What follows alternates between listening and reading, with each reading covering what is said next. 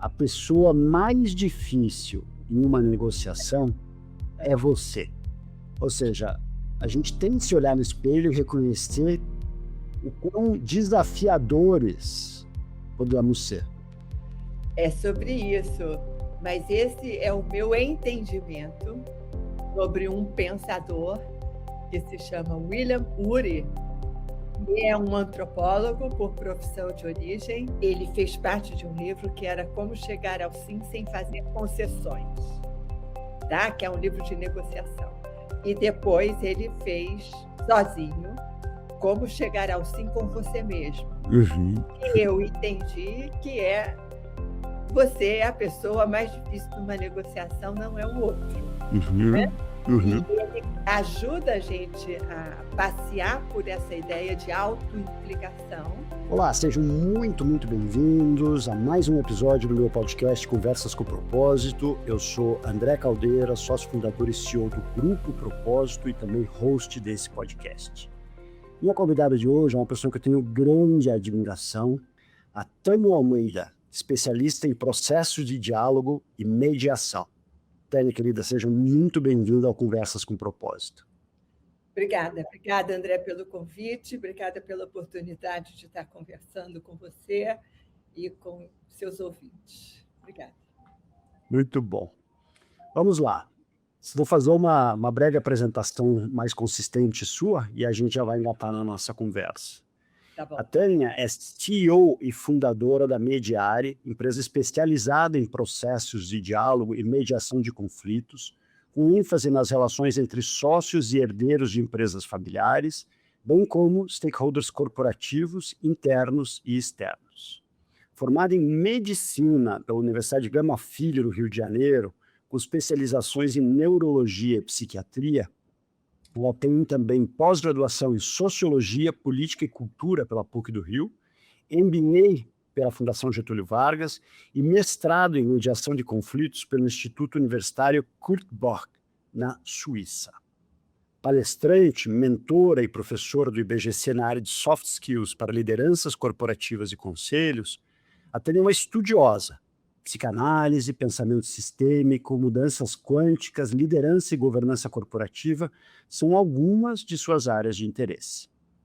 A minha aproximação com a Tânia ocorreu nos últimos anos por conta de estarmos juntos no programa Lideranças Virtuosas, uma iniciativa de formação continuada da Virtuous Company, empresa dos nossos queridos Alexandre de Micheli e Ângela Donaggio.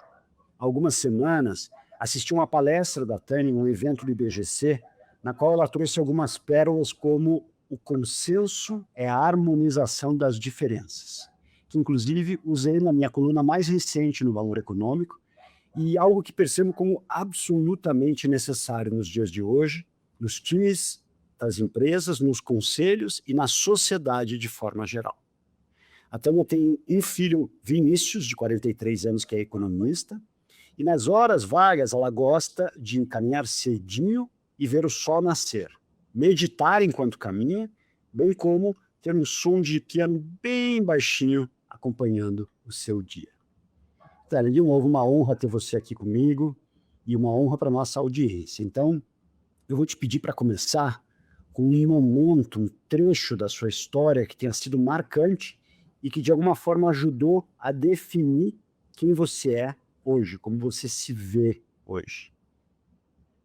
Vamos começar por aí. É um começo que eu gosto, tem a ver com a minha formação. Eu gosto de pensar que nós somos construídos socialmente a cada etapa da nossa vida, como se fossem as camadas de uma cebola. A gente vai acrescentando novas camadas, às vezes revendo algumas anteriores que já não fazem sentido para nós. A minha primeira camada foi na minha família, e nesse período da minha infância eu tenho 3 personagens que são muito significativos para a pessoa que eu sou hoje, né? E responsáveis por um fato marcante na minha vida. Minha mãe, com quem eu aprendi persistência, era uma pessoa simples, de origem simples, mas a filha dela puxou a ela porque ela tinha sonhos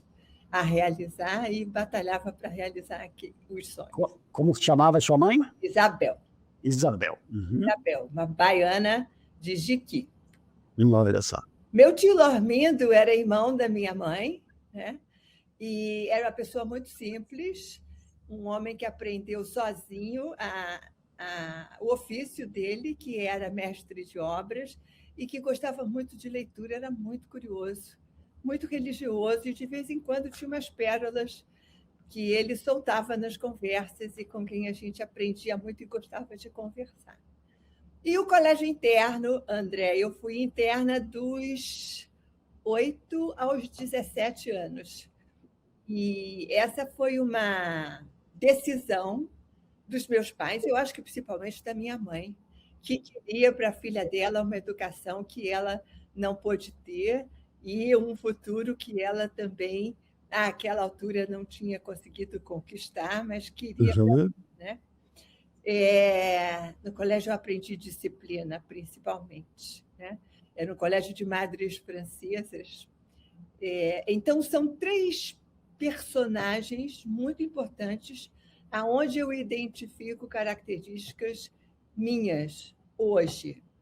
E o fato que une os 3 e que é marcante na minha vida é porque eu fui convidada a 3 religiões diferentes. Né? Os 5 dias, de segunda a sexta no colégio, catolicismo. Catolicismo com missa cedinho e todos os rituais que uma congregação francesa possa imprimir, né, na convivência conosco. Às sextas-feiras, eu era levada para o centro espírita, onde minha mãe era médium. Olha! Um ritual de umbanda, que eu aprendi a gostar das músicas, ajudá-la a preparar os incensos e a construir o fechamento daquele ritual de sexta-feira. E o tio Ló, que era a minha figura paterna, aos domingos me levava para a evangelização protestante. Eu passava o dia na igreja protestante. O que aconteceu? Eu não consegui definir um percurso religioso que tivesse o nome de uma religião. Né? Então, eu optei pela espiritualidade, eu não consegui ser infiel a nenhum desses 3 ícones da minha formação. Então, eu me vejo ecumênica, me vejo rezando para muitas entidades de manhã quando eu caminho, mas isso trouxe, eu acho, uma repercussão importante para mim. Eu construí também uma infidelidade às teorias que eu fui visitando durante a vida, sabe? E tal qual com a religião, eu acho que eu fui fazendo seleções. Eu sou uma pessoa apaixonada por boas práticas. Então, eu acho que eu fui captando de cada um desses cenários aquilo que me encantava e que eu hoje vejo repercutir em mim com cada acesso teórico que eu tenho. Eu estou sempre fazendo seleção de boas práticas e não preservando uma fidelidade absoluta. Né? Interessante, porque você contando essas 3 referências tão importantes na sua vida, dá para fazer uma correlação direta com escutativa e observação como componentes do diálogo e da mediação. Eu poderia falar de persistência, de curiosidade, de disciplina que você relatou, mas o que fica para mim é isso, né? Você ser exposta a essas realidades, vamos chamar assim, paralelas do ponto de vista da religiosidade, né? Dessas diferentes vertentes, elas criam em você essa característica de escutativa e de observação, que são tão relevantes, né? Quando você está lidando, né, com desafios, com processos de diálogo e com mediação. Você concorda?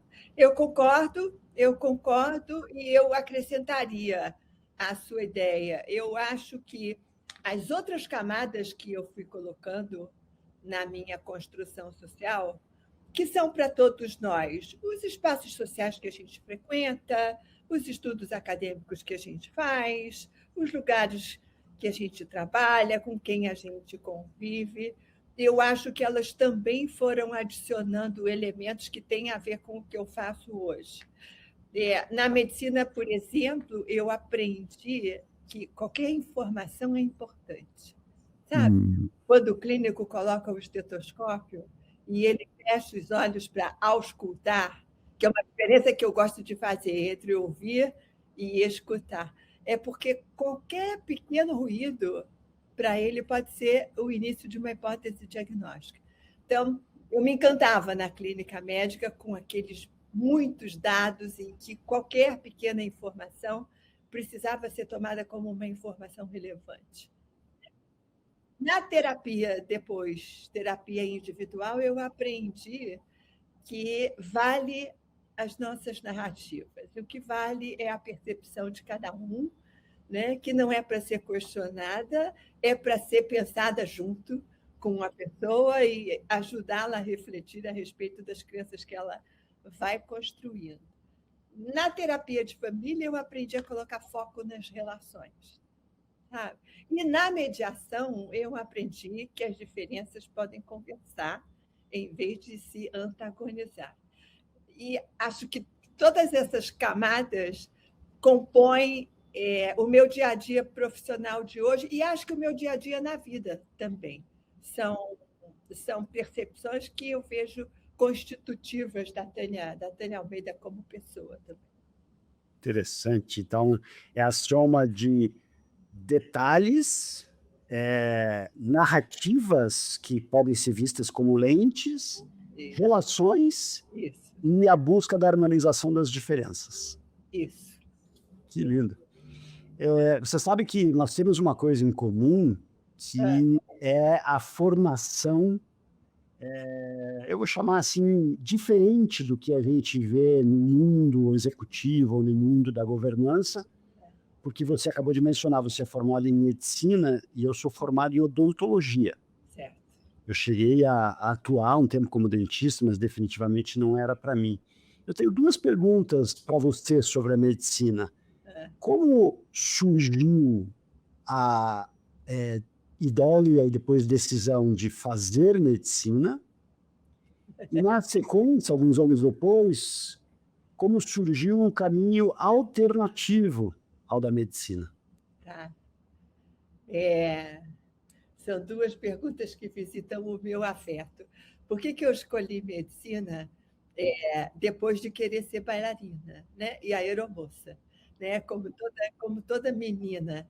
Até o dia que eu disse que queria ser médica, André, eu vi um brilho no olho da minha mãe que eu não sei até hoje o que era vocacional ou o que era na direção de proporcionar para ela parte da realização do sonho dela. Bom, escolhi medicina. Me formei em 75, na Faculdade Gama Filho, no Rio de Janeiro, e passei como neurologista, fiz o último ano em neurologia, e passei os próximos 5 anos estudando neurologia e psiquiatria infanto-juvenil, porque eu queria trabalhar com crianças e adolescentes. Aquela época, André, isso é final da década de 70, começo da década de 80, a linguagem, e não era só a linguagem, a leitura era muito cartesiana do adoecimento, sabe? Era causa e efeito.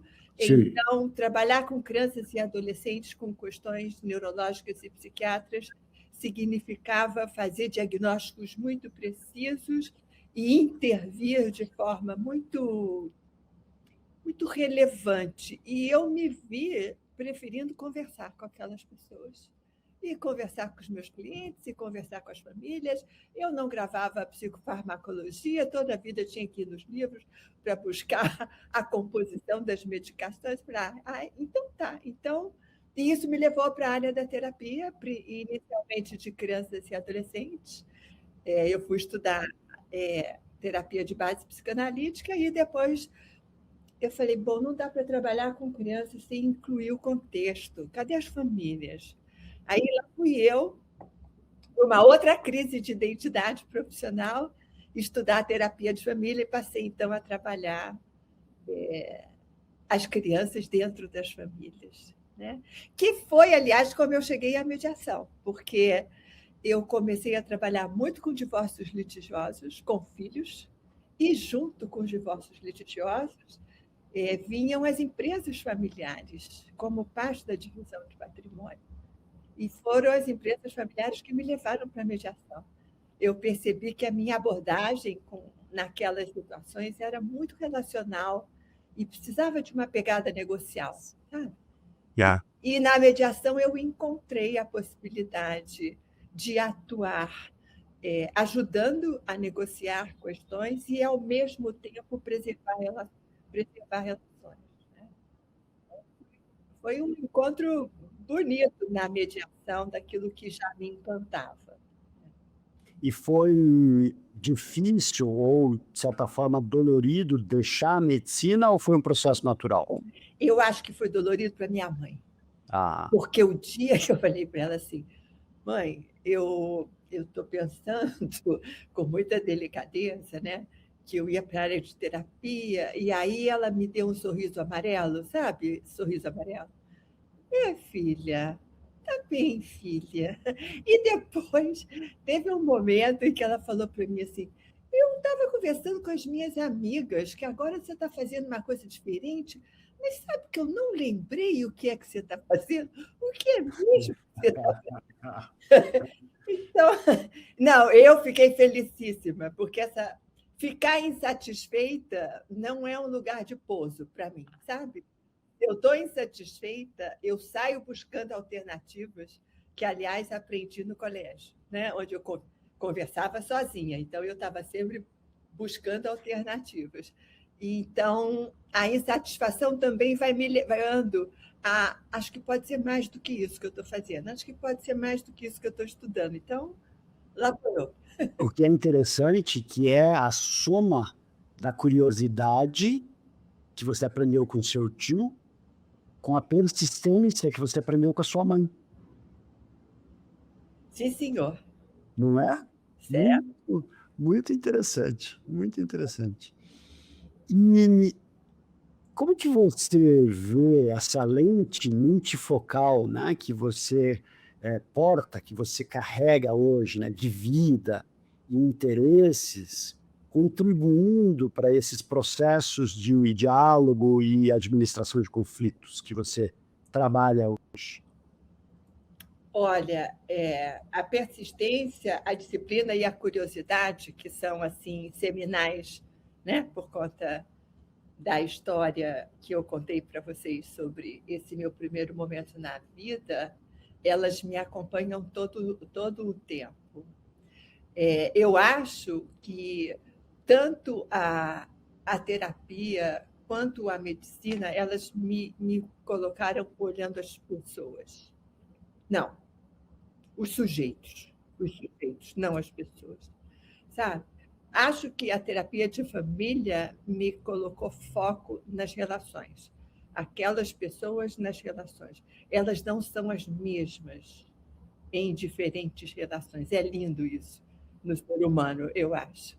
E depois a mediação me trouxe esse propósito, né, de colocar diferenças em conversa. Então, a minha lente, eu gosto de dizer, a mediação é um instrumento transdisciplinar. Ela visita o direito, a psicologia, a sociologia, a filosofia. Então, quando eu converso com os alunos sobre mediação, eu digo, tem essa lente aí, que é transparente como a minha, né? A lente da nossa construção social, mas a lente do nosso aprendizado também. E a gente vai passando os olhos e vai vendo em qual grau a gente vai parar, né? E é sempre aquele que as pessoas nos convidam. Mesmo que a gente saiba sobre outros, a gente precisa aceitar o convite que o outro está fazendo na direção que ele está nos convidando, né? Então, acho que essas diferentes camadas foram me ajudando a passear o meu olhar nas situações por diferentes possibilidades, né? E aceitar os convites na direção que as pessoas estão me fazendo. E quando eu acho que tem uma lente que vale a pena e que ninguém mencionou, eu lanço lá como uma pergunta. E por aqui, o que vocês acham que poderia ser importante, né? Eu gosto disso, né? É isso. Acho que foi assim. Ah, Interessante. Me preparando para te entrevistar, eu li que você coloca o diálogo como uma competência. Eu queria que você expandisse esse conceito, e também trouxesse um complemento. O que você acredita que é essencial no diálogo para não ser uma mera exposição de motivos, que eu também li como uma frase sua, para que ele efetivamente possa acontecer. Então, tem o lado da competência e o não ser a mera exposição de motivos, na minha pergunta. Tá. Eu me percebo hoje, quando eu me apresento como uma profissional que trabalha com processos de diálogo. Me dá uma situação, eu vou mapear, eu vou desenhar, sempre desenhar de forma customizada, um processo de diálogo e eu vou conduzir esse processo de diálogo. O diálogo está no pódio, não só colocado por mim, mas colocado pelo Fórum Econômico Mundial. É o tema de 2026 do Fórum, o espírito do diálogo. Por que competência? Competência ela é construída por habilidades. O que são habilidades? Vamos lá. Camada por camada. O que são habilidades? Aquilo que a gente faz com destreza. Né? Que pode ser com relação a pessoas, pode ser com relação a objetos. Né? Quando essas habilidades ganham eficácia, então precisa de estarem relacionadas a um outro elemento, né? Que pode ser também uma pessoa ou um objeto. Quando elas ganham eficácia, elas ganham também o nome de competências. Né? Então, competências é essa habilidade para o diálogo que ganha efetividade na relação com o outro.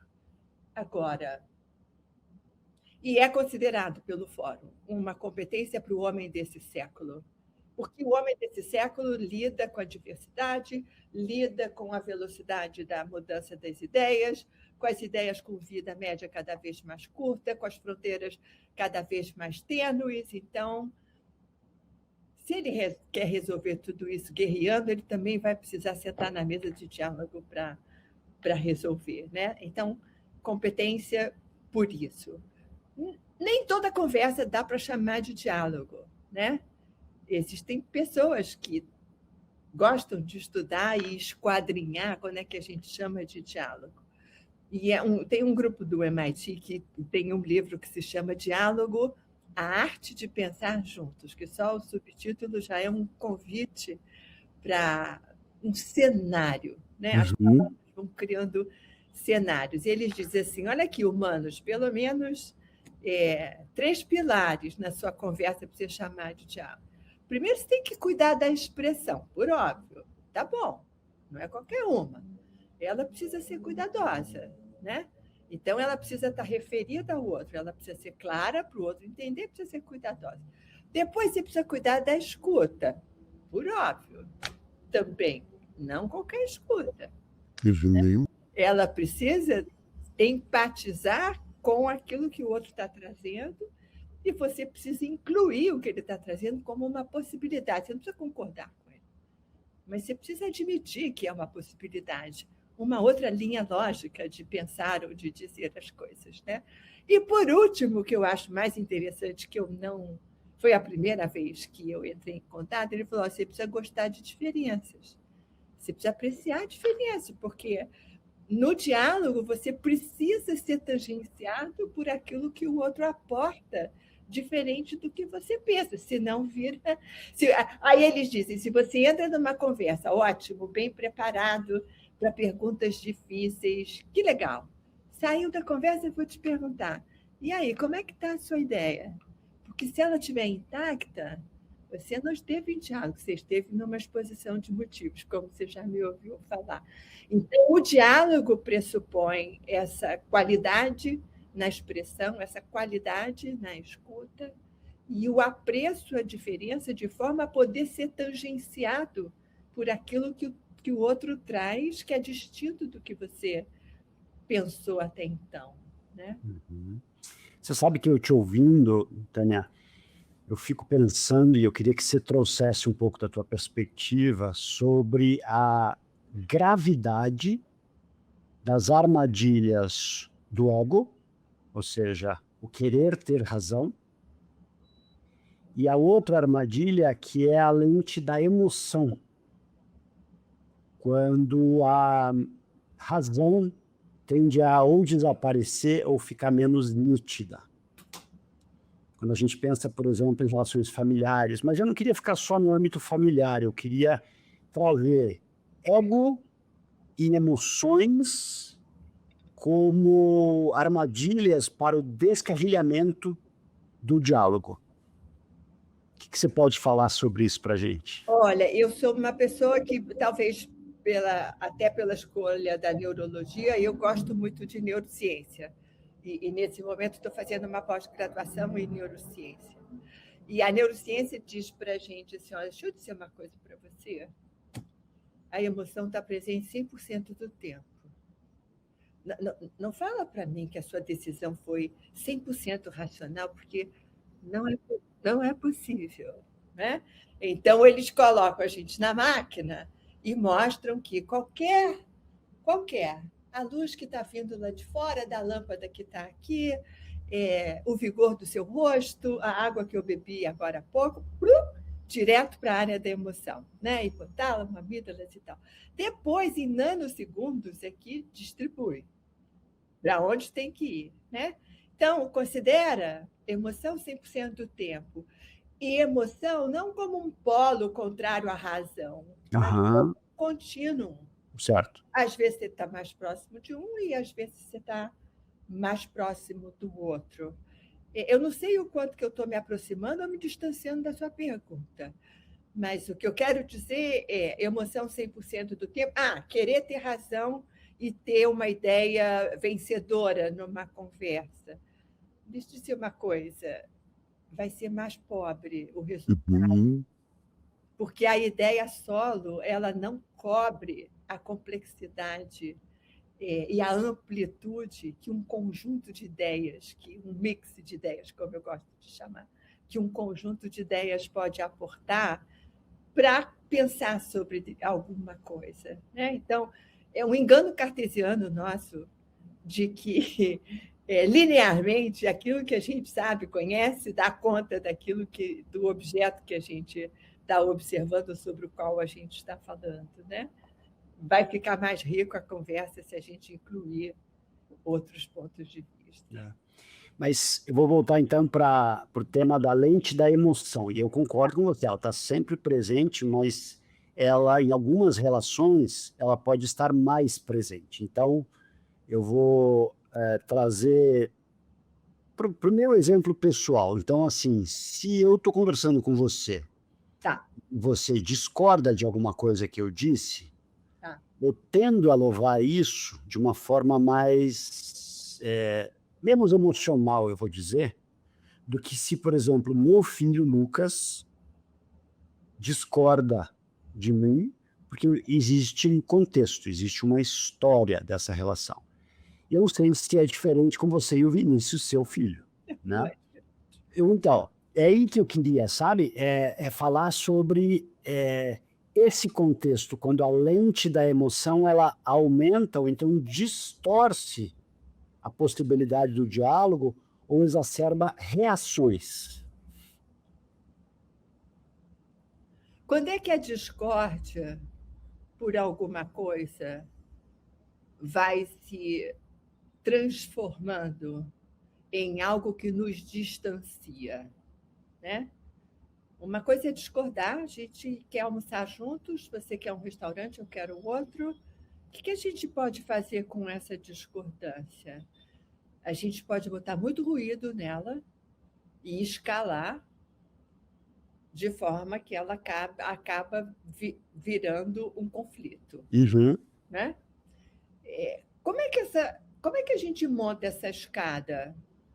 Depende de quem são os interlocutores. Você e Tânia é diferente de você e seu filho. Eu e André é diferente de eu e Vinícius. Certo? Depende do estilo de cada um de nós, né? Eu tive um pai briguento, tá? Principalmente se o Flamengo perdesse. Gente, ele me levava para a escola de lotação. Na época, eu tinha medo que ele se aborrecesse com algum passageiro, que às vezes a gente precisava ir em pé, porque eu sabia que ele ia se exaltar. Bom, então, eu estou falando, depende dos interlocutores, depende do estilo de cada um, né? Eu sou uma pessoa que não escala, por exemplo, né? Depende do tema, André. Se você e seu filho estão com um tema frugal, é uma coisa, né? Se vocês estão com um tema de muita relevância para qualquer um dos dois, é outra coisa. E aí a gente vai escalando, porque a admissão de um pensamento diferente do nosso vai comprometendo nossa autoestima. Daí Agora, essa escada, ela não se monta com uma pessoa só. Precisa pelo menos de dois colocando tijolos. E lá pode ser que você coloque 2 e eu coloque 8. E pode ser que seja invertido, mas somos 2. Então, um dos dois pode parar de colocar tijolos nessa escalada, né? Tem um pensamento que eu gosto muito, porque eu trabalho muito com empresas familiares, de um teórico que se chama John Davis. Ele diz: cuidado, ajudem as famílias empresárias. O foco dele é famílias empresárias, mas pode ser qualquer um de nós, porque os últimos degraus dessa escada, os que vão ficar mais difíceis de descer depois, são a falta de confiança e a falta de respeito. Ele coloca a falta de respeito como último, né? Depois, para descer, vai ficar difícil. Então, assim, a gente precisa se autoimplicar nos tijolos que a gente está colocando numa discordância, entendeu?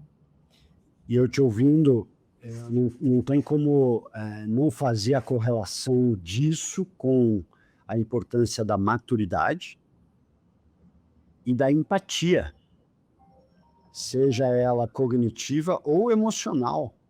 Certo.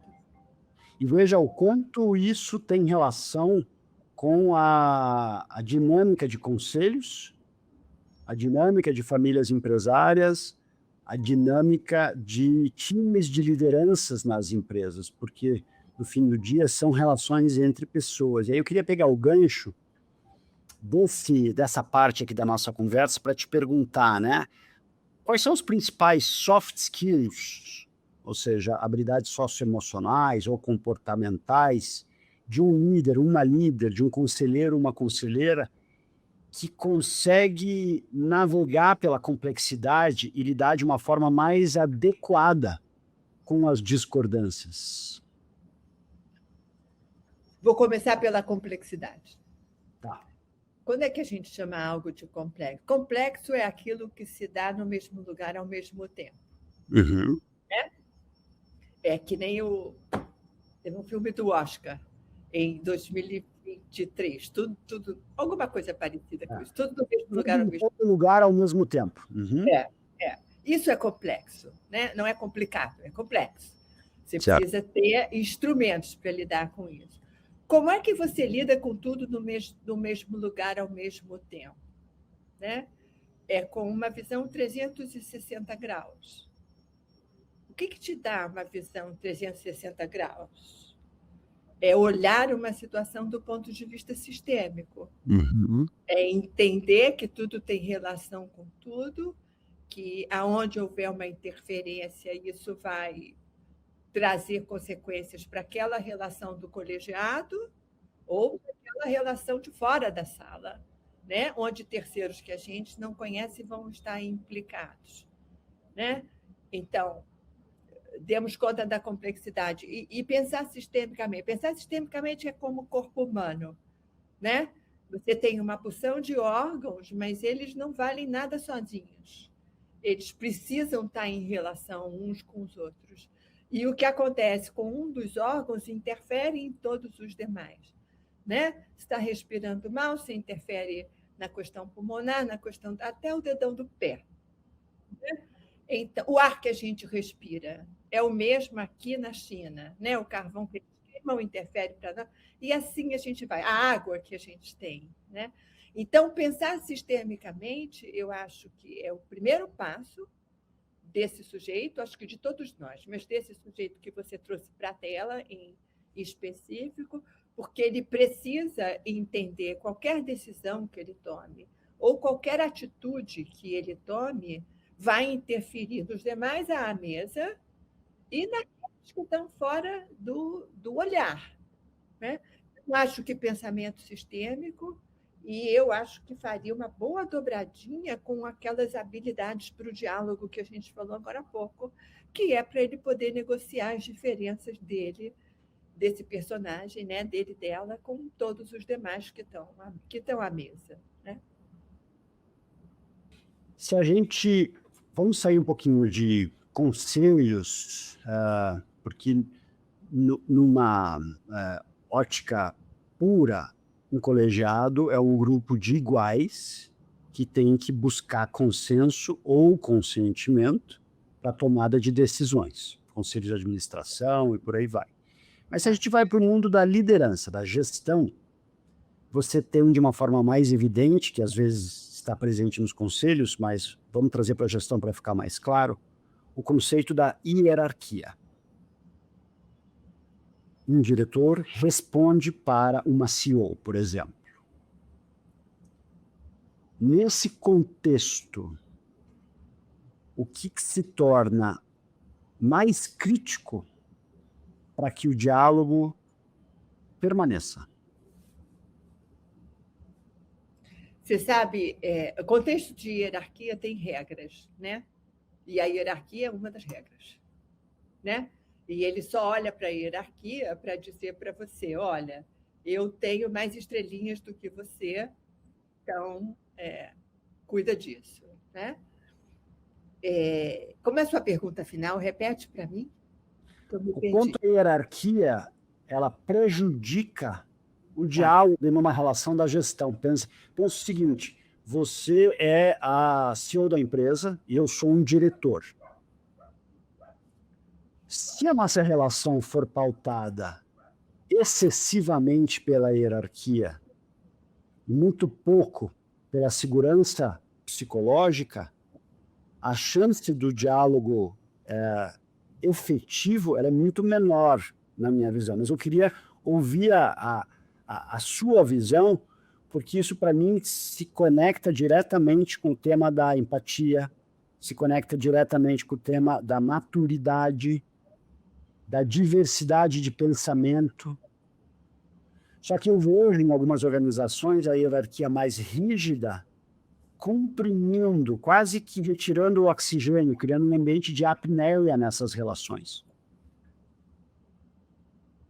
A hierarquia com essa natureza que eu estou entendendo que você está descrevendo, ela pede obediência, né? Mais comando e controle, né? Sim, a obediência ela é antagônica à criatividade. Na obediência, eu faço aquilo que é dito que eu tenho que fazer e eu faço como dizem que eu tenho que fazer, né? E alguns de nós vai até a página 2 com esse comando e alguns de nós nem começa a conversa com esse comando. Não pode estar num cenário como esse. Alguns de nós depende daquele lugar para sobrevivência, então vão até a página 97 e depois vão para casa respirar, tomar um uísque, um gole de cachaça, não sei, aquilo que ajude a repor energia para o dia seguinte, né? O comando e controle da hierarquia, ele não se deu conta do quanto ele tira o ser humano da equação e ele coloca tempos modernos, né? Você vai fazendo, acabou de fazer, volta, vai fazendo, né? Com isso, a gente perde o potencial criativo das pessoas, com isso, a gente ganha silêncios. Você falou do ambiente psicologicamente seguro. Uma forma de eu estar num ambiente hierárquico e me sentir segura psicologicamente é ficar quieta, né? Enquanto eu suporto, seja lá por que razão for, permanecer naquele ambiente. Então, o ambiente perde em criatividade, ele perde em inovação e ele perde em crescimento, que são os 3 temas do subtítulo do livro do Ambiente Psicologicamente Seguro, né? Porque eu não posso revelar meus equívocos e, com isso, eu perco em aprendizado, o ambiente perde em aprendizado. Eu acho que é uma natureza de liderança antiga e desatualizada, que ainda tem está muito mergulhada no pensamento cartesiano, né, de que fazendo assim tem esse resultado, sem pensar que tem humanos aqui nessa cadeia, né, e que ficam sendo tratados como insumos ou como engrenagens para o resultado final. Então, acho que interfere muito e acho que é crescente a percepção de que é uma visão equivocada, que já foi muito útil quando o mundo não conhecia outras formas de lidar com a vida e quando ele era menos povoado, com menos ideias, com menos tudo, né? Então, aquela ideia pareceu uma boa ideia, mas aí precisa visitar um livro que nós 2 lemos, eu sei, por conta da liderança virtuosa, que é o Humildade. Humility, the New Smart. A necessidade de você rever seu mindset ao mesmo tempo que você bota o seu celular na tomada durante a noite, no dia seguinte, ele tem uma atualização, seu mindset também precisa, né? Então, acho que é uma visão equivocada e uma visão antiga de liderança. E eu acho que tem um outro tema que vem junto com isso tudo, que está relacionado ao mindset, que está relacionado à maturidade, que é o autoconhecimento. Isso eu sempre digo que o processo da liderança começa com o espelho, com a autoliderança, e para você se autoliderar, você precisa se conhecer. E eu acho que dificilmente é um processo que você faz bem sozinho. Você precisa do outro, você precisa de alguém, seja um bom psicanalista, uma boa psicanalista, um coach, um mentor, uma comunidade de confiança para poder refletir, trocar e perceber o seu funcionamento. Você concorda? Absolutamente, sim. Não, absolutamente no sentido do sim. Não, Sim. Não no sentido, não. Você sabe, eu gosto de escrever sobre soft skills. E a primeira que eu escrevia foi autoconhecimento. E eu coloquei lá, soft skills primais. Sem essa, você não dá conta das demais. Então, assim, olha para você, conhece seus paradigmas, conhece como é que foi montada a sua cebola social, que é para você conhecer os seus vieses, né? Conhecer sua parcialidade, suas crenças, porque elas vão dar com você sem você perceber. Isso mesmo. Né? Muitas vezes elas formam um dominar sem que você se dê conta, né? Você sabe que houve uma ocasião que, me alimentando muito ainda fora do Brasil sobre mediação, teve um período que eu fiz 4 workshops que se chamavam Implicit Bias. Aquelas que nem a gente sabe que tem. Né? E que você precisa estar atento, porque elas vão estar no seu olhar, na palavra que você escolhe para definir uma situação, ou para se dirigir ao outro, na atitude que você usa no social. Né? Isso. Fazendo uma conexão com autoconhecimento, eu ouvi uma provocação sua muito interessante, que é a seguinte: a pessoa mais difícil em uma negociação é você. Eu tenho que repetir, porque essa frase ela é sensacional. A pessoa mais difícil em uma negociação é você. Ou seja, a gente tem que se olhar no espelho e reconhecer o quão desafiadores podemos ser. É sobre isso? É sobre isso.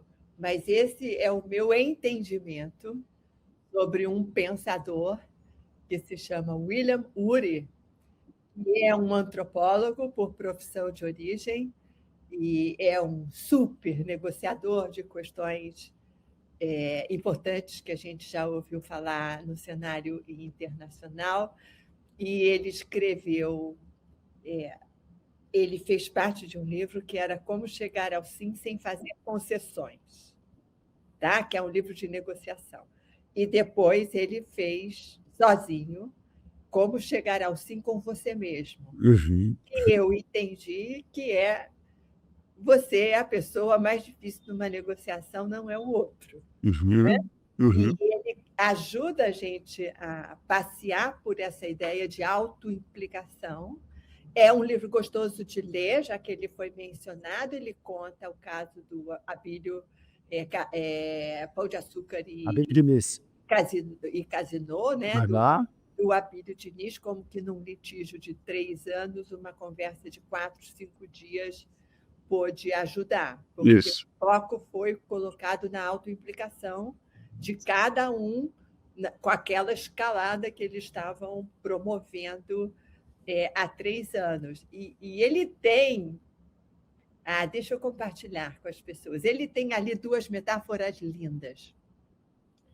A primeira é assim, go to the mirror, que vai na linha do autoconhecimento, por isso que eu quero falar delas.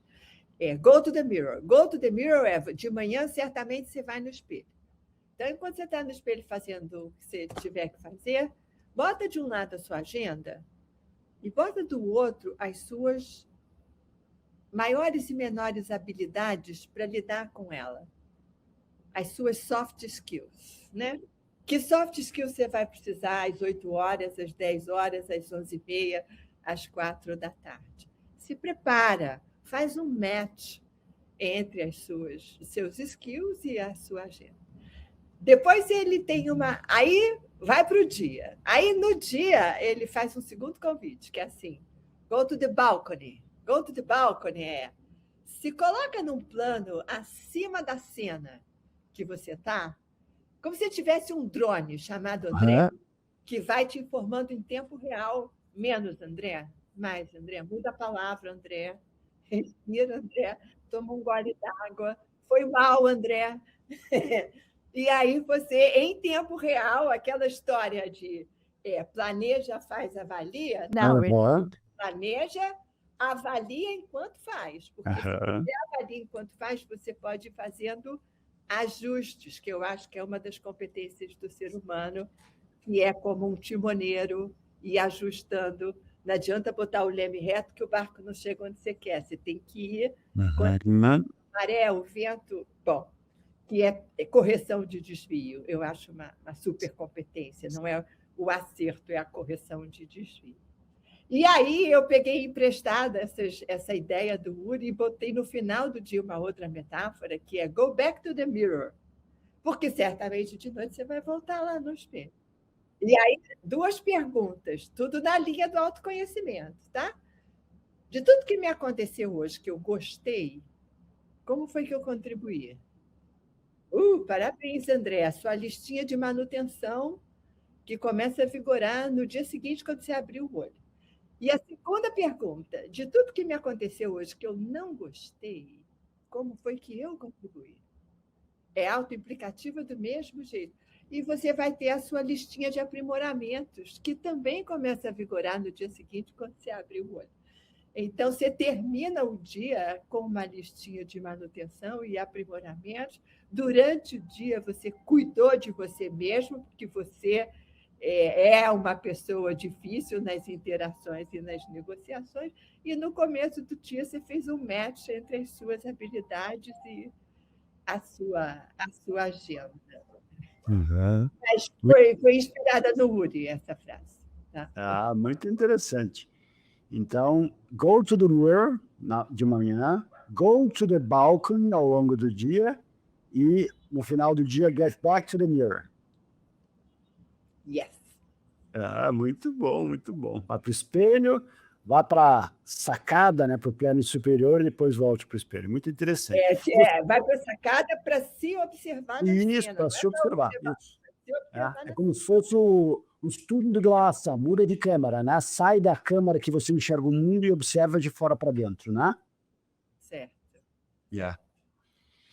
É, você acredita ser possível esse processo sem auxílio externo? Olha, quando eu olho para o tio Ló,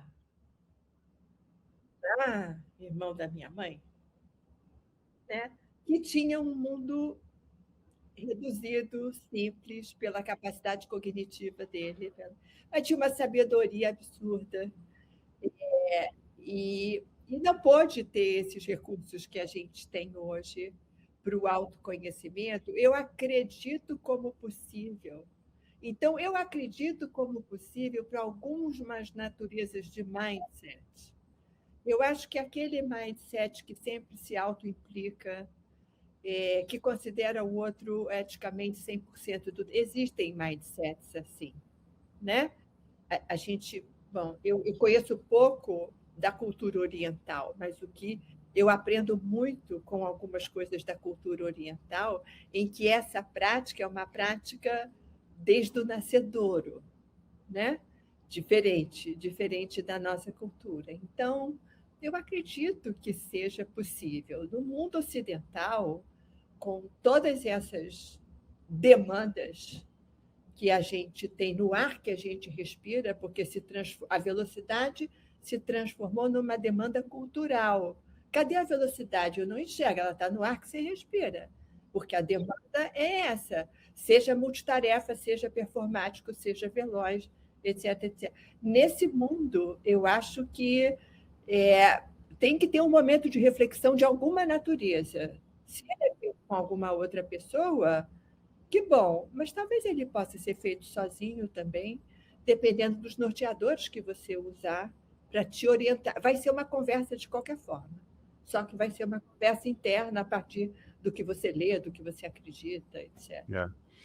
Porque o meu receio, te ouvindo, é a gente ir numa direção de IA.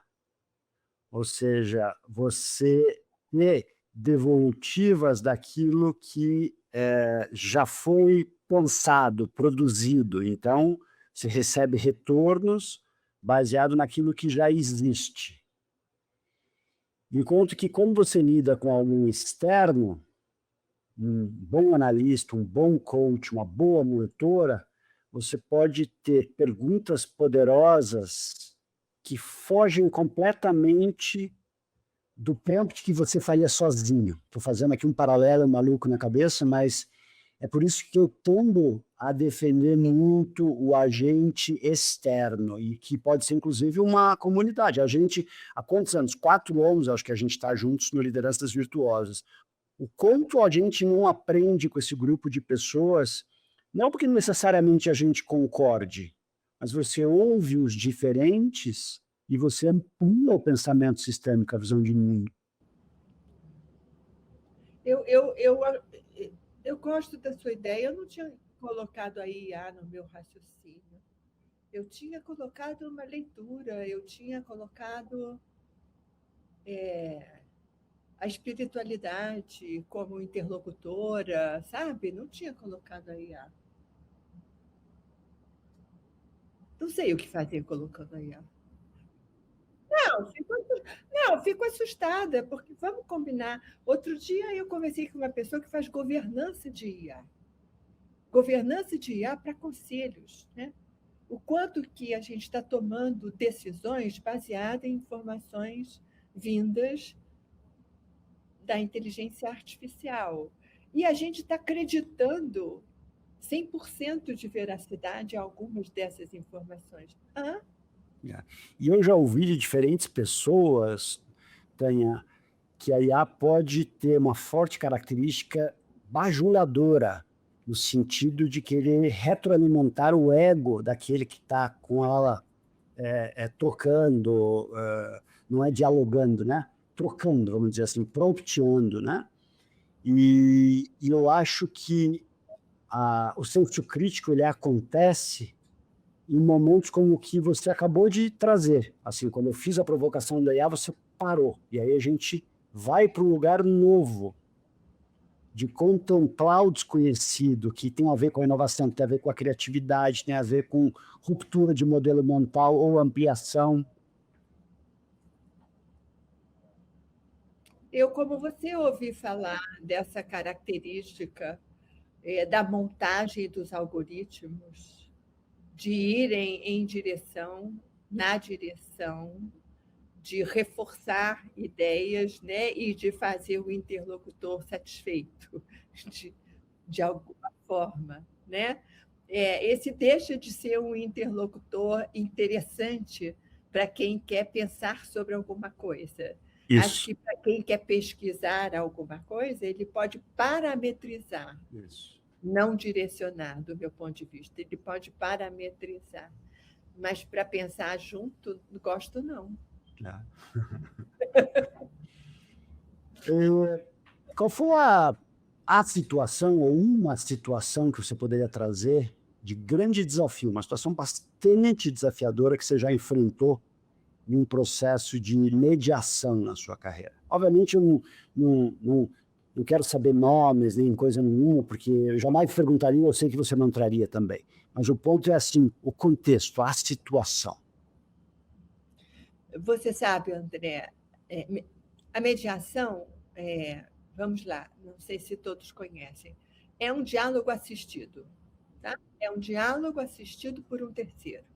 Esse terceiro precisa ser percebido como neutro, como imparcial. Tanto é que ele não é contratado por alguém, ele é contratado pelo conjunto de pessoas que precisa dialogar. Né? Então, qual é a tarefa dele? A tarefa dele é ventilar aquele diálogo que está enviesado, né, pelo viés de todos, é criar uma ambiência que resgate a competência de diálogo que aquelas pessoas têm. Afinal, elas já resolveram um montão de coisas na vida antes e elas resolveram conversando. Por algum motivo, naquele momento, as competências não estão aparecendo. Né? Aliás, a neurociência dá conta disso lindamente. Ela diz, olha, sob tensão, as suas melhores competências não vão para a mesa junto com você. É verdade. Você tem queda de capacidade cognitiva, de percepção, etc, etc, etc. Então, o que faz o mediador para o diálogo acontecer? Além de criar uma ambiência de informalidade e de gentileza, ele faz perguntas. Pergunta é o grande instrumento. Perguntas que ajudem a ampliar a visão, ajudem a ventilar essa situação. O que é uma situação de impasse para mim numa mediação? Que perguntas que eu preciso fazer que possam ser úteis? Não são certas, não são corretas, não são erradas, não são adjetivos interessantes, que possam ser úteis para aquelas pessoas. Então, eu me vi em algumas situações me perguntando que pergunta eu posso fazer aqui que possa ser útil para essas pessoas tomarem essa decisão. Visitando a área dos divórcios, né, que foi por onde eu comecei na mediação, eu já me vi numa situação ajudando uma família a pensar em como promover a visitação de uma criança pequena a um pai com vida vegetativa. Que pergunta eu faço? Né? É a serviço de quem? É em benefício de quem? É em benefício do pai? Como eu alivio a preocupação da mãe? E esses avós paternos, o quanto que eles estão sendo atendidos? Bom, situação muito difícil. No âmbito das empresas familiares, a mais difícil que eu tenho na lembrança é ter visto 4 irmãos que perdem os pais muito jovens e se tornam sócios, porque os pais eram os donos da empresa. E eles perdem num acidente. E eles são capazes de se ajudar muito a crescerem fisicamente e emocionalmente, até que eles se constituem sócios legítimos. Era um nível de belicosidade, sabe? Que eu pensava assim, como eu resgato neles a lembrança e as competências que eles tiveram para cuidarem uns dos outros. enquanto não eram sócios. Porque, como sócios, eles estão fazendo o revés, né? Qual é a pergunta útil? O que vai ajudá-los? Para mim, foi uma situação bastante difícil, né? E trabalhando com empresas de maneira geral, de forma geral, eu entro quando o litígio já está instaurado. Então, você já tem escritórios trabalhando de forma confrontativa, né? Então, trazer esses advogados para dentro da sala e pedir a ele, dizer para eles que precisa trocar o chapéu, é muito difícil, porque é aquilo que o cara sabe fazer bem, entendeu? Para aquilo que ele foi contratado. Tanto é que tem uma conversa no cenário da mediação sobre a possibilidade de, nessas situações, dentro do próprio escritório, eleger advogados que não sejam do contencioso para acompanhar no diálogo da mediação, porque Sei. eles são consultivos, né? Eles são antagônicos. Essas duas iniciais foram muito difíceis e essa última tem sido difícil no cenário atual. Muito interessante. Eu vou me permitir usar um termo sem querer ferir nenhuma fonte de pensamento ou conhecimento, mas pensando assim no diálogo interno. Então, o crítico interno que todos temos, aquele diálogo que a gente tem internamente nos nossos pensamentos, que temas ainda são motivos de discórdia para a Tânia no seu diálogo interno? Olha, pensando agora, eles vêm mudando, porque eu estou pensando numa época em que a questão era uma sobrevivência emocional ou sobrevivência financeira. Já foram tantas etapas na vida, mas agora é um diálogo com o tempo, André. Eu tenho 75 anos e eu tenho uma vontade de viver enorme. E eu tenho uma curiosidade enorme pelo porvir, né? Mas eu já li muita coisa, eu já estudei muita coisa, já tive muitas experiências, eu estou muito voltada ao legado. Mas eu estou com propósitos para ir na direção da conversa com propósito. Eu estou com propósitos longevos, aos 75, André. Então, tem aqui uma conta, entendeu? Que eu quero que feche, mas que eu estou muito voltada a legado do conhecimento e da experiência. Eu tenho escrito muito por conta disso, que é a maneira que eu encontrei de me manter presente na vida, né, com algumas ideias. Eu tenho cuidado muito da minha saúde física e mental, porque do legado eu posso cuidar sozinha, mas da saúde física e mental não depende só de mim, né? Tem aí o infortúnio que atropela a gente eventualmente. Eu tenho muito conversado comigo sobre esses temas. Às vezes eu converso com calma e às vezes eu converso com muita apreensão pelo meu desejo de uma longevidade, mas que seja com saúde física e mental, né? Muito bom, muito bom.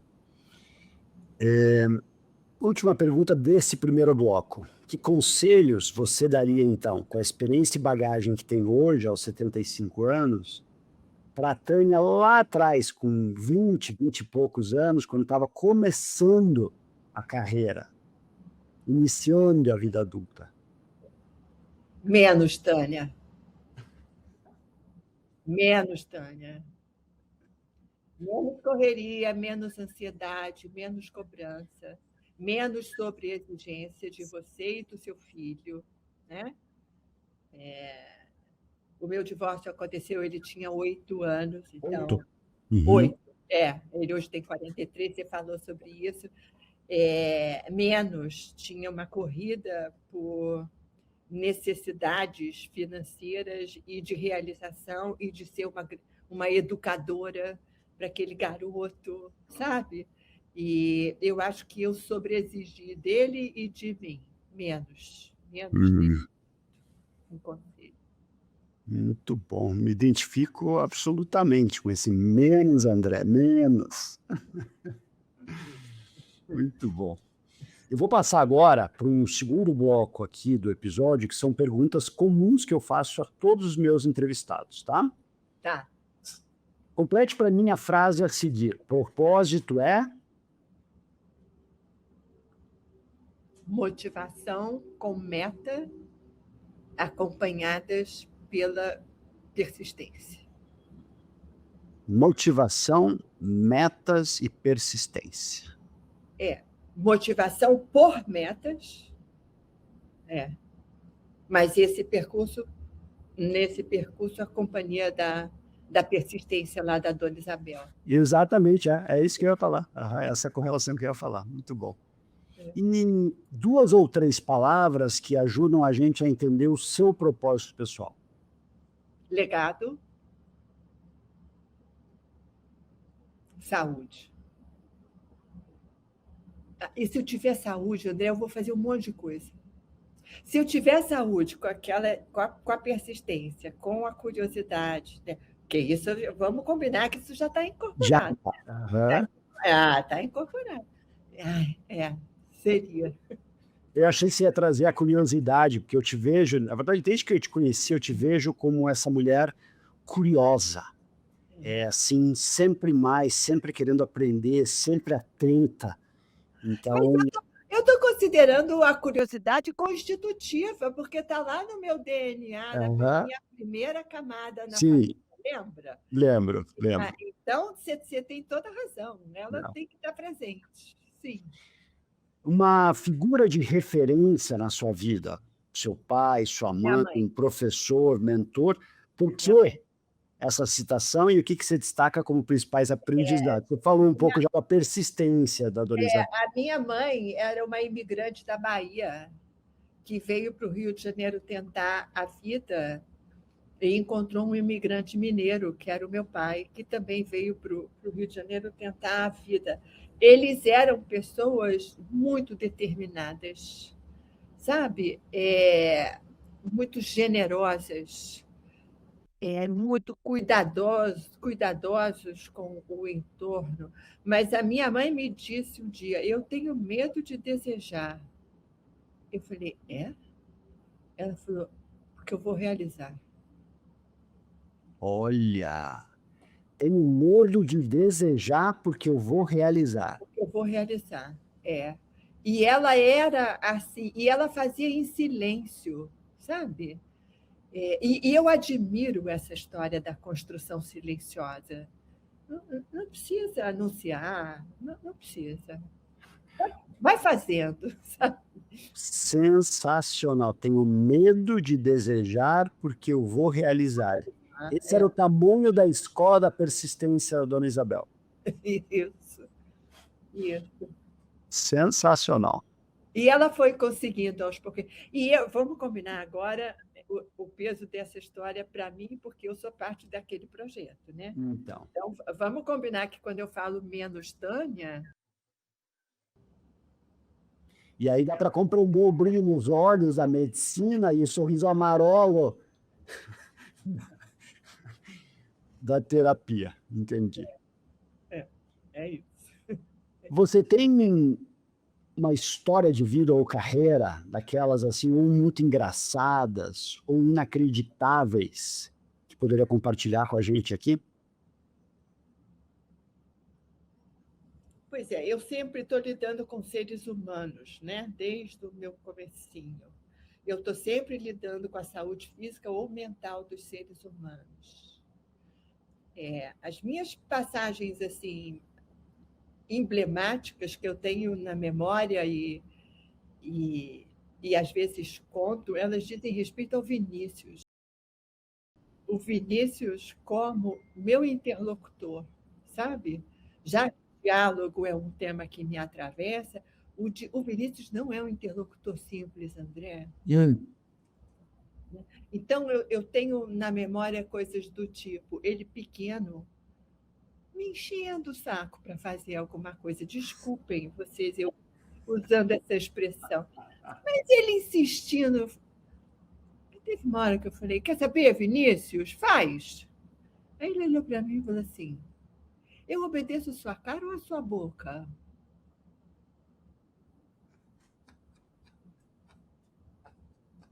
Eu virei as costas, pelo que eu me lembro, porque eu não tinha resposta para dar. Tá? Na adolescência dele, eu era terapeuta de adolescente.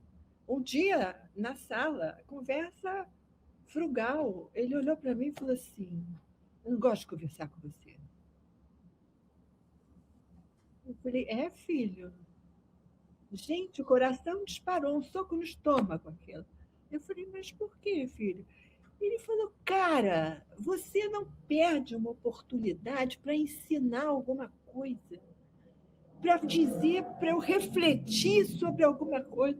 Você é incapaz de me ouvir dizer assim: é, filho? Foi, filho? Ah, filho. Tem sempre uma lição, que coisa chata. E adulto, ele é millennials, né? Eu sou baby boomer. Ele é um cara com muitas certezas. E eu sou um cara de muitas dúvidas, André, sabe? Eu muitas vezes respondo para ele assim: eu não sei, filho, eu não tenho informação suficiente para. E eu sou aí em cima do muro, entendeu? Ah, Aquela que não ratifica alguma coisa que ele acha que está visível e que eu não vejo, né? Então tem passagens assim que me deixam sem resposta para eu pensar depois também. Na hora eu fico quieta, né? Depois eu penso. muito boas as histórias, muito boas. E sabe que é exatamente isso que eu me referia da lente emocional, que é completamente diferente daquilo que acontece quando você está num papel de mediadora, sem um vínculo emocional com as pessoas, na família empresária e etc. Que você consegue estar no seu melhor. E uma resposta como essa, eu obedeço sua boca ou seu rosto, sua cara, isso é assim, tentar educar os filhos, né? Tentar orientar filhos. Então, quem tem filhos, eu tenho certeza que vai se identificar com essas suas histórias. Muito bom. Você sabe que quando eu ensino algo sobre comunicação, eu falo de linguagem não verbal, né? E esse é um ótimo exemplo para dizer que o maior percentual da nossa comunicação é não verbal. Não é verbal. E é ele, porque o não verbal é relacional, sabe? O não verbal diz respeito ao outro. É diferente do dígito, né? O analógico é sempre relacional. Então, bom, é isso. Senão a gente vai Muito, para outro caminho. muito bom, muito bom. Um grande erro e aprendizado na sua carreira.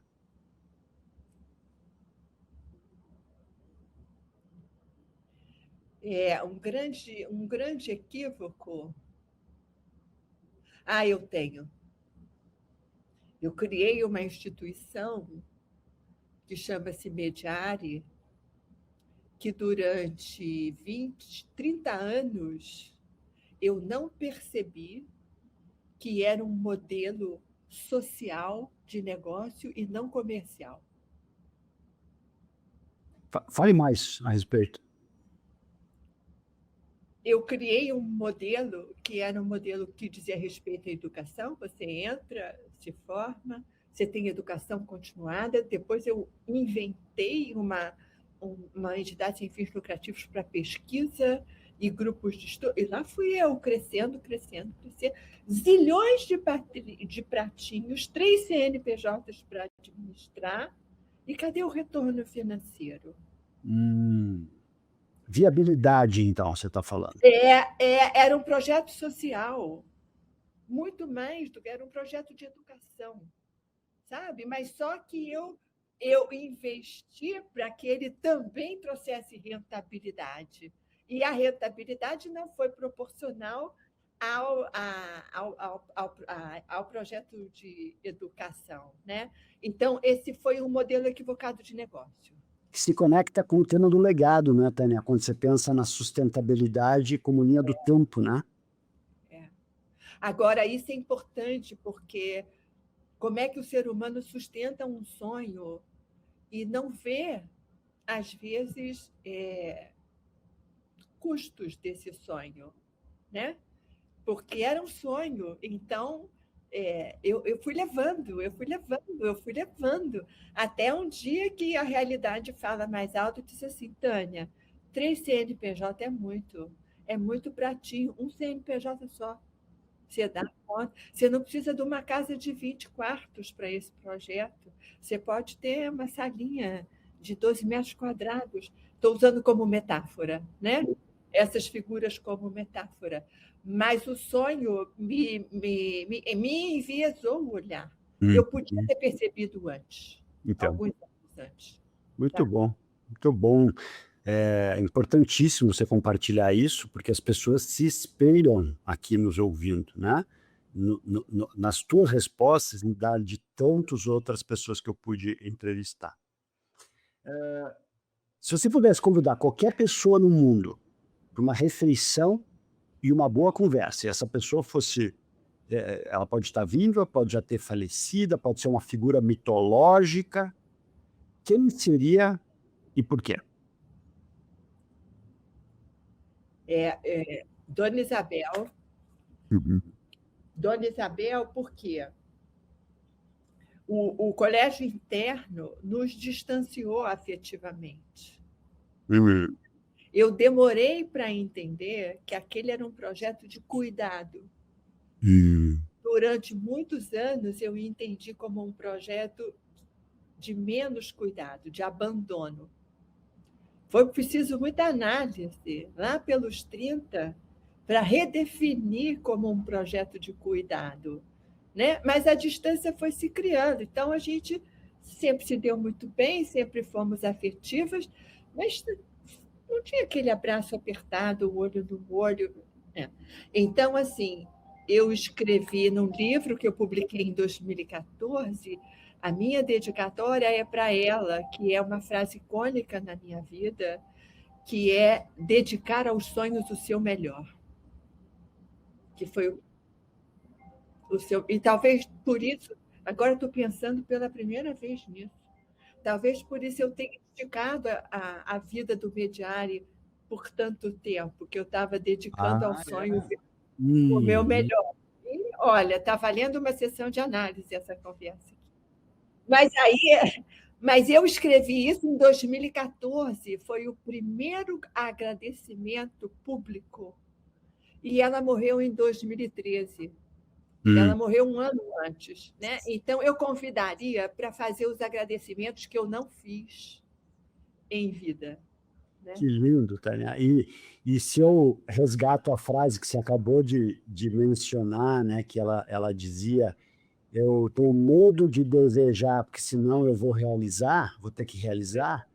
Isso tem tudo a ver com essa persistência no sentido de seguir com a Mediare, e obviamente isso traz coisas boas, mas também traz consequências negativas, né? Trouxe muitas coisas boas. Né? O lugar profissional que eu ocupo hoje, o Mediari, é um ícone em termos de educação e mediação, tudo isso, mas o sonho retardou a minha visão sobre os custos que aqueles benefícios estavam trazendo. Seria lindo poder observar essa mesa, você e Dona Isabel. Uma memória especial da sua vida, sabe aquele recorte assim específico que se você pudesse, você gostaria de reviver?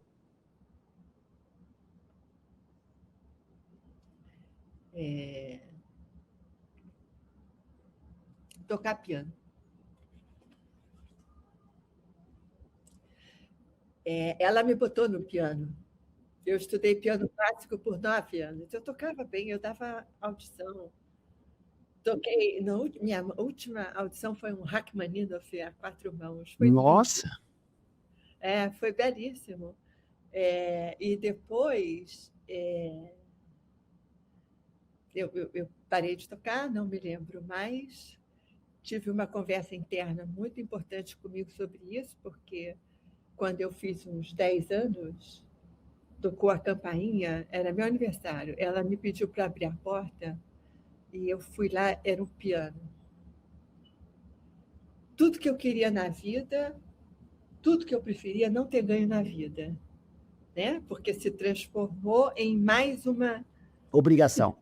mais uma performance que a Tânia Almeida tinha que dar conta, né? Então, quando eu pude transformar esse piano em parte do meu primeiro consultório como terapeuta, foi uma redefinição maravilhosa. Mas você vê, eu escuto piano o dia inteiro, porque o meu Spotify, enquanto eu estou escrevendo, o que eu estiver fazendo tem um piano tocando. É. Né? Então, tocar piano. Você tocou até que idade, então? Eu toquei até 18 com professor, até 17 com professor. Depois eu tocava, e depois fui deixando de tocar. Entendi, entendi. E o recorte, então, seria nesse momento aí, antes de ganhar o piano, tem algum momento, alguma audição, alguma apresentação específica? Todos os anos, porque no colégio a gente precisava, no final do ano, apresentar um bordado para exposição e fazer, quem tocava o instrumento ia para a audição, né? O meu bordado sempre começava uma toalha de mesa enorme e terminava numa toalha de rosto bem pequenininha, porque eu não dava conta durante o ano de bordar tanta florzinha. E o piano era ritual, né? Todos os anos. Então, eu fui evoluindo até que cheguei nessa última audição, aos 17 anos, com 4 mãos lá. Muito bom. Qual o melhor ou o pior conselho que você já recebeu? O melhor continua sendo dedicar aos sonhos o seu melhor. E o pior foi um dia que eu ganhei todas as medalhas do colégio. O colégio dava ribandonné, né? Era um colégio francês, né? E medalhas. E eu ganhei todas as medalhas do colégio. E aí eu escutei, depois disso, assim, você é um exemplo. Você precisa continuar ganhando todas as medalhas. Cuidado com o seu comportamento, porque você é um exemplo para as outras pessoas. Ai, meu Deus do céu. Ô, roubo alta, hein? De todos os lados. Então, agora, André, tá valendo 2 sessões de terapia essa conversa, porque eu acabei de me dar conta do história menos, Tânia. Menos. Tá? Muito. Ai, ai. Muito bom, muito bom. Obrigada, André. Não, Obrigada por isso. imagina. Eu falei para você, nós vamos. Eu vou te tirar para dançar nessa valsa do episódio, que eu chamo, são valsas, né? Ele está bailando juntos aqui. Que pergunta você teria para mim nessa nossa conversa? O que faz você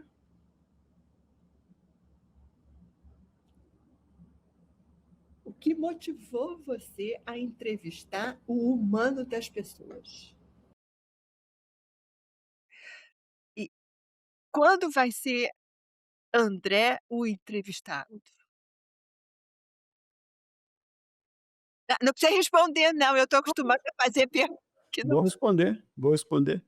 Veja, eu acho que tem um primeiro lado, que talvez seja a camada mais externa da cebola, Tá, que é o meu. Assim, eu tenho facilidade de entrevistar as pessoas, porque eu faço isso há muitos anos, tá. e porque eu sou curioso sobre as histórias das pessoas. Tá. Ao longo da minha vida adulta, principalmente, mas mesmo quando criança, eu sempre fui muito observador. A gente falou lá no começo desse episódio sobre a medicina e a odontologia. Eu aprendi na odontologia o princípio da anamnese, observação do neondito, linguagem corporal, sabe? Visão sistêmica, né? Do todo.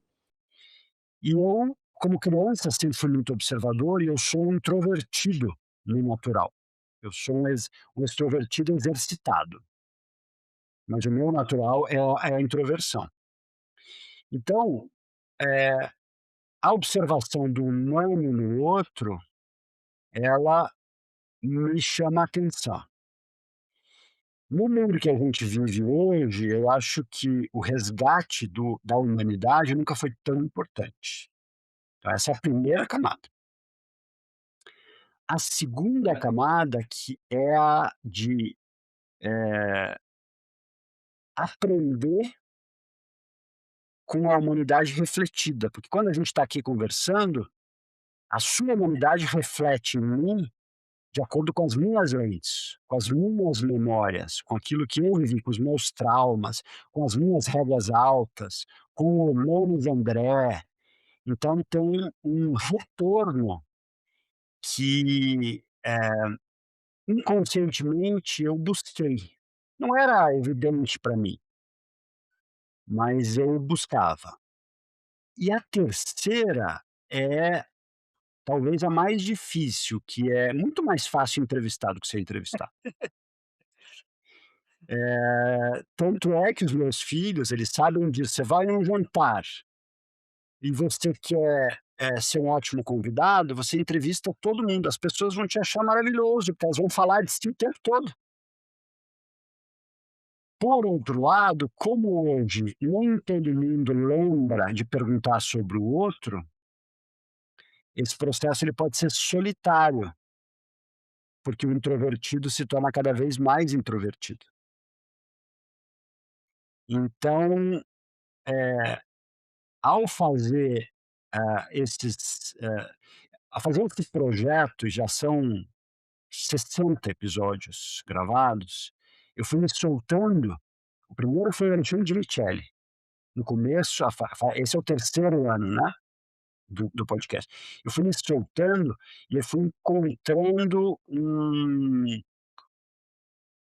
olhar mais intuitivo em relação a essa humanidade. Então, assim, eu também sou muito disciplinado, eu jamais vou sentar para pensar em entrevistar Tânia Almeida sem estar preparado para isso, porque eu acredito que eu sou, inclusive preciso retomar, né, quero retomar as minhas aulas de piano, então eu sou longe de ser né, um músico, mas eu acredito que para a gente improvisar, a gente precisa conhecer a partitura.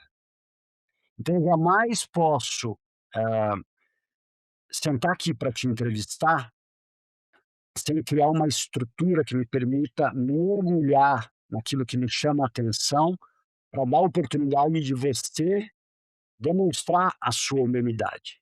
E ao fazer isso, eu demonstro a minha humanidade. A Vicky me disse isso, ela falou, Vicky Bloch, ela falou: "Você sabe o que que chama atenção na sua abordagem? É que você, de fato, faz um trabalho para o outro.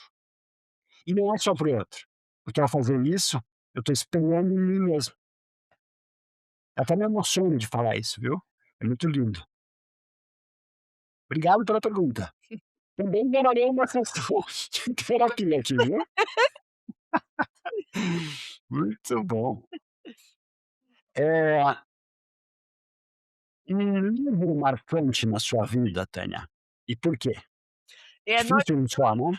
nós lemos, algumas obras, né, ao longo da vida, mas a última, que foi em 24 que a gente leu, nós lemos, que foi o Humildade, Hum, né, porque ali, ele coloca a curiosidade no pódio, eles, é, né, o autor e a autora, isso. colocam a curiosidade como um valor. Aham, E como a curiosidade está comigo e me ajudou na minha sobrevivência lá desde do colégio, eu fiquei muito feliz de ver a curiosidade sendo colocada como uma competência. é. No inglês, "Humility is the new smart, rethinking human excellence in the smart machine age", é do Edward Hesse e da Catherine Ludwig, né. Eu vou, procurar aqui em português, mas só para dar a referência, porque a gente sempre coloca a sugestão do livro do entrevistado, né, como referência para quem está nos assistindo. Concordo muito com isso, porque isso para mim, tem a lente de prestar muita atenção à armadilha do ego. Tem muita relação com a confusão que eu observo em muitos ambientes de a pessoa achar que é a cadeira ou o cargo ou o crachá e esquecer que está naquele momento. Então, tem várias conexões aqui que, estão diretamente ligadas ao tema do diálogo, ao tema da valsa, da colaboração. Muito bacana. Se você tivesse poderes mágicos por 1 minuto e pudesse mudar uma única coisa no mundo, o que que você mudaria? A fome. Eu fico é das imagens que mais me impacta, porque eu só tenho contato com a fome por imagens, mas, ver um ser humano consumindo o próprio corpo como alimento, eu acho degradante. Uhum. É, Não é digno, é isso, é isso. é. É muito triste, muito doído, concordo plenamente. Eh, e para a gente encerrar, uma frase cuja mensagem é marcante em sua vida. Dedique aos sonhos o seu melhor. Ah, eu imaginei que você ia trazer. Muito lindo, muito Dedique aos lindo. sonhos o seu melhor. Olha, eu nem senti o tempo passar, foi sensacional, foi mágico. Eu quero te agradecer muito, viu, por essa valsa. Obrigada, obrigada. Você sabe que a dança é uma atividade, eu acho pequena para desse mas é assim, ela é uma oportunidade. É uma oportunidade, de você considerar o outro 100% do tempo, porque o outro, ele precisa te considerar 100% do tempo e você precisa considerá-lo 100%. Quando eu era terapeuta de casal, se usou durante um período eh, recomendar aulas de dança. Por isso, porque você precisa acompanhar o outro nas sutilezas na dança. Então, Aham. obrigada por isso, porque você foi meu parceiro nessa dança e acho que a gente se ofereceu o nosso melhor aqui nessa conversa. Muito bom. Obrigado por lembrar para todos nós, Tânia, a importância da curiosidade, a importância da, persistência e a importância da disciplina, da estrutura para transitar nesse mundo de complexidade que tanto precisa de diálogos, né. Muito bom, muito obrigado, viu. E muito obrigado a você que nos acompanhou em mais esse episódio. Eu agradeço pelo seu tempo, pela sua escuta atenta, pela sua audiência. Vamos juntos ecoar mais diálogo, mais inspiração, mais propósito. Muito obrigado e até o nosso próximo episódio.